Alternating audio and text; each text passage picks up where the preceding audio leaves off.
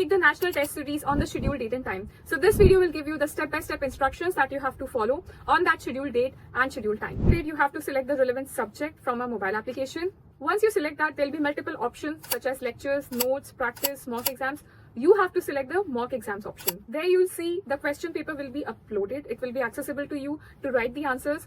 Please remember, the examination paper will be available only during that time slot, which is the examination time, that is 2 to 5 or 2 to 4.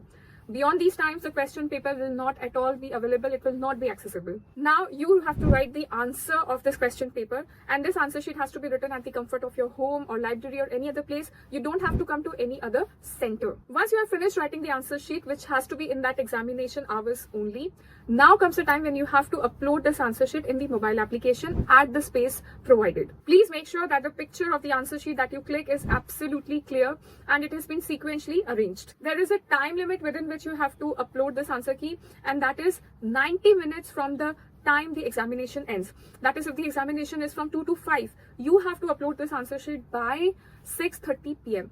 If the examination hours is 2 to 4, you have to submit the answer sheet by 5:30 p.m.